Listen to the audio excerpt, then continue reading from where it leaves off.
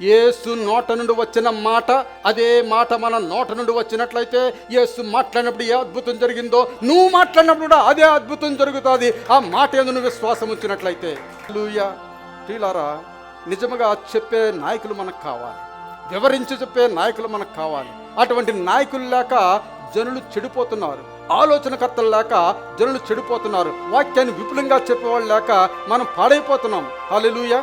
ఏదో ఒక మతానికి సంబంధించి, ఒక సంఘానికి సంబంధించి మనం మాట్లాడుకుంటున్నాం, కానీ ఓపెన్గా దేవుని వాక్యాన్ని ఎవరైనా బోధించేవారు ఉన్నారేమని దేవుడు చూస్తున్నారు. అటువంటి వారు ఉన్నట్లయితే జనులు నశించిపోయారు.